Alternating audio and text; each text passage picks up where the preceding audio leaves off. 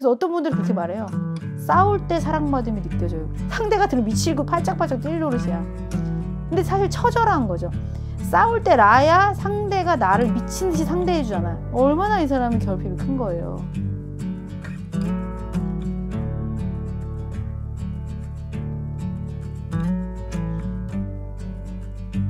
안녕하세요. 상담심리 전문가 앤디쌤입니다. 오늘은 무엇이 궁금해서 찾아오셨을까요? 최근에 커플 팰리스라는 프로그램에서 되게 화제가 되었던 여성분이 있는데, 좋아하는 사람한테 강남에 살고 싶다고 이야기를 해가지고 구설수에 오르고 계시더라고요. 이 분에 대해서 선생님은 좀 어떻게 보시고 계신지 생각이 궁금했어요. 그러니까 나도 봤는데 저는 이분이 굉장히 계속 그 어떤 남자분하고 1대1 매칭이 계속 되다 보니까 그냥 그 사랑받는 그 느낌에 젖어가지고 자기도 모르게 자기가 원하는 것을 쭉 얘기한 느낌이었거든요. 근데 갑자기 상대방이 이거 봐라 이러면서 갑자기 감정이 확 틀어지면서 그 서로 좋았던 게 확 틀어져 버린 좀 안타까운 장면으로 보였어요. 그걸 보면서 아, 사랑을 잘하려면 정말 내 욕구랑 상대방 욕구를 잘 서로 동등하게 좀 잘 드러내고 너는 그러니? 나는 그래. 이거를 서로 좀 발맞추어 가야 되거든. 강남 아파트를 살게 해준다 안 살게 해준다 그게 문제가 아니라 나는 그래서 강남 아파트에 좀 못 살아. 나는 이래서 살아야겠어.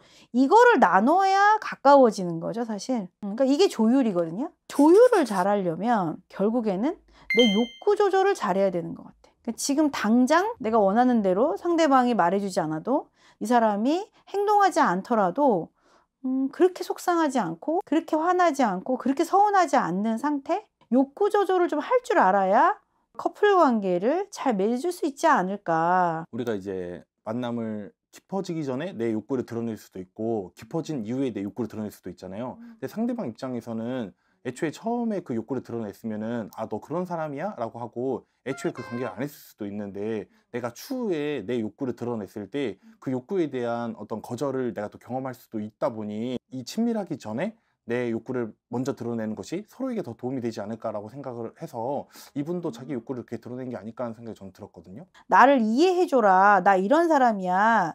나중에 나 싫어하거나 거절하지 마. 이럴 수도 있죠. 맞아요. 너무 이 사람은 좋아했던 거예요. 그 사람을. 근데 내 욕구가 너무 빨리 달려간 거겠지. 그러면 내 욕구가 막 일어날 때 나는 이만큼 상대방의 욕구를 잘 알고 있나를 좀 생각해야겠죠. 이 사람은 왜 강남에 못 산다고 하는 거지? 뭐 사정이 있나? 뭐 어떤 마음이지? 이거를 내가 안 들어보고 있으면서 내 욕구만 쭉 얘기하고 있는 거죠. 너는 이래서 강남에 안 살고 싶은 거야? 나는 이래서 강남에 살고 싶은 건데? 이렇게 서로 이야기하는 자체, 이것이 사랑이 깊어지는 조율이 이루어지는 거죠. 해주냐 안 해주냐 보다 사실은 사랑은 네가 이걸 왜 갖고 싶은 거야? 그런 과정에서 내가 못 해준다 하더라도 충분히 사랑이 전달되는 거죠. 내가 70밖에 못 줘. 근데 네가 100을 갖고 싶어 하는구나. 그 마음은 참 안타깝다. 근데 내가 최선을 다해서 줄 수 있는 게 50이고 100이야. 이게 전달돼야지만 상대방한테 사랑받음이 전달된다고. 상대방도 어찌 보면은 되게 용기를 내서 자기의 이 욕구를 나한테 말해줬는데, 내가 그거에 대한 것을 다 채워줘야 되겠다라는 그런 마음들을 가지기 때문에 내가 되든 안 되든 어떻게든 해주다 보니 이 관계가 조율의 과정이 이루어지지 못하고 그냥 너는 원하는 게 그거야? 내가 그걸 해줄게. 내가 서로 지쳐 나가 떨어지는 경우들이 더 많은 것 같아요. 그게 조건을 채워준다 못 채워준다에만 꽂혀 있어서 그래. 그 과정에서 어떤 마음을 담아서 주는지가 중요한 거지. 내가 이제 오늘도 어떤 분하고 얘기를 했었는데 그분이 이제 관계에서 어려움이 이런 거야. 내가 해줘야 되나 말아야 되나 이 고민을 너무 하니 내가 못 해줄 때는 너무 무능한 것 같고 쥐어짜서 해줄 때는 내가 이렇게까지 맞춰야 돼? 약간 억울해지는 거야.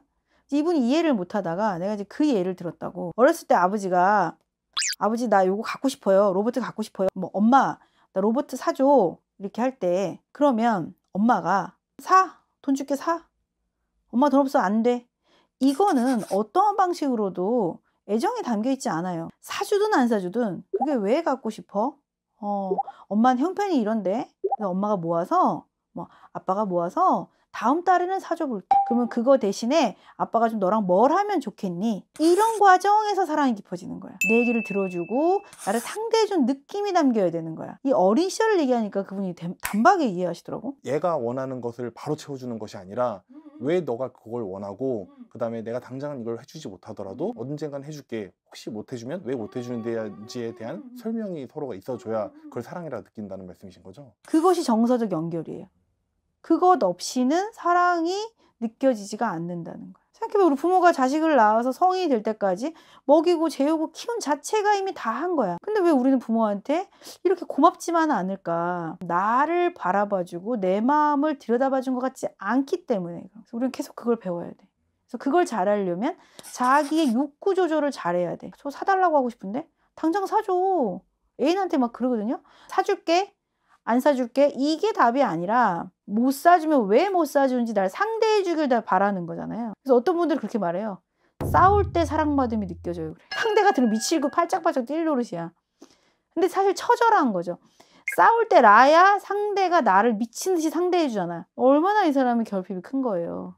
그럼 선생님, 욕구를 잘 표현하고 욕구를 잘 조절한다는 거는 어떤 식으로 행동을 하는 거예요? 그 기준을 좀 몇 가지 말씀드릴게요. 지금 내가 꼭 이 말을 해야 되는 타이밍인가? 뭐 내일 말하면 큰일 나는 건가? 이런 생각을 하고 굳이 지금 당장일 필요가 없는 얘기들은 웬만하면 좀 안 하는 거죠. 그러니까 어떤 분들은 침묵이 불편해서 못 견딜 수도 있는데 그냥 그 공백도 침묵도 사실 필요해요. 관계가 가까워지려면. 가만히 있어 보니까 걔가 그때 되게 예뻤네. 사귈 때는 이런 걸 못 하다가 완전히 이별하고 나서야 여백이 생겨가지고 그때 그게 떠오르는 사람들도 있거든. 그러니까 침묵을 너무 두려워하지 말고 지금 이 얘기를 꼭 해야 되나? 이걸 좀 생각할 필요가 있어요.